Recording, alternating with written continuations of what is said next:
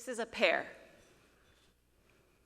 This is a pear like the shape of my body 12 years ago, when I weighed twice as much as I do right now. I'm 5'11", so that's a little bit of weight. It's a pear like the pear mojito that I ordered 12 years ago at P.F. Chang's. The waiter carded me, and I handed him my ID, but the photo was from my more athletic high school days. So when he took it, he looked, blinked, rubbed his eyes, looked very surprised, looked back and forth between me and my ID, and he said, "Really?" The things I should have said. "Yes, jerk, go get me my mojito." Back then, emotionally, I felt like shit. I could feel these stares and these stifled laughs when I'd knock something over with my thighs. And I just had this feeling that my weight was being criticized behind my back, and it was. Obesity made me feel embarrassed, even ashamed. And physically, I felt terrible no matter what I did. It could be the perfect day, it could be 70 degrees outside after doing yoga, showering, blow drying my hair. I could not escape that feeling of exhaustion, discomfort. And obesity actually made me feel sick 100% of the time. So look, we rarely discuss the topic of obesity. It can be a very taboo topic, especially in the workplace, unless we're counseling one of our patients. Or I'm sure that you all have that one colleague you're picturing in your mind that makes inappropriate jokes, and this is not an off-limits topic, apparently. Physician obesity is extra taboo because we're expected to exemplify perfect health, and in particular, healthy choices. So today I'm talking about obesity bias. Physician to physician, collegial obesity bias. But before we get started, I do want to make sure that we all start out on the same page in terms of a couple bias definitions. So explicit bias is that conscious and outward bias that's easy to recognize in ourselves and other people, but implicit bias is unconscious. It tends to be subtle and hidden. It's harder to recognize and very hard to study. So I'm going to warn you now. I'm going to tell you my main 3 points of the talk. Number 1, physicians with obesity are a unique marginalized group. Number 2, physician obesity bias is a real problem. And number 3, we are contributing to this problem, even if we don't think so. Now, if you don't think that anything that I just said is true, you're probably not alone out there, but I know that you will keep an open mind because this is FIX. And I think I can convince you. So, very first point. Physicians with obesity are a unique, marginalized group. Obesity bias itself is very unique for a few reasons. Number 1, there's really terrible legal protection against weight-based workplace discrimination. And there's only one state that has a state law against it. Anyone from Michigan? Thank you, thank you.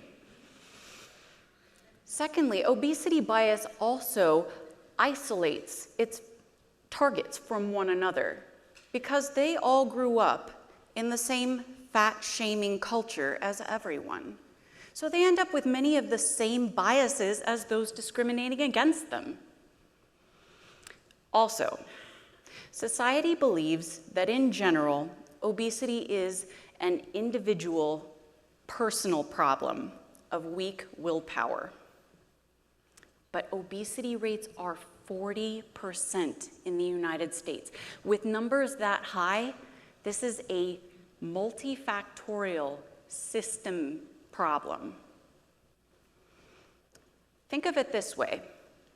You can buy more than 2 Twinkies, almost 3 Twinkies, for the price of 1 medium pear. So it sounds pretty serious, but does this all really translate to physicians in the workplace? What's the literature on that? 0 research has been published on collegial physician obesity bias. So this year, my research team decided to look into it with a survey. 600 physicians responded, mostly emergency physicians, more women than men, because of course we represent. And today we're giving you a sneak peek at our results. They're the preliminary results, and this is the first time we're talking about it in public. 83%. That is how many physician respondents showed implicit anti-obesity bias toward other physicians. Male sex, increased age, and decreased BMI were all associated with increased implicit and explicit anti-obesity bias. And furthermore, compared with our layperson control population, physicians actually showed more explicit, professional, and collaborative anti-obesity bias. Well, what does that mean, Mary? Essentially, there was a significant percent of our physician respondents who reported decreased intent to collaborate with or seek advice from obese physicians. There was even 14% of physicians that responded and said they would avoid hiring an overweight physician altogether. So that brings us to point number 2. Physician obesity bias is a real problem. So look, the word bias itself has a lot of negative connotation, but not all of it is harmful. And in fact, much of it we must use on shift, especially as emergency physicians. Much of it is useful. The trick here is differentiating our constructive from our destructive biases. So how is this bias destructive? Well, it's actually harmful for 3 different groups of people. Of course, physician obesity bias is harmful for the targets of the bias. And when it's layered on top of other types of discrimination, it gets even worse. For example, there are stricter standards for the physical appearance of women than men.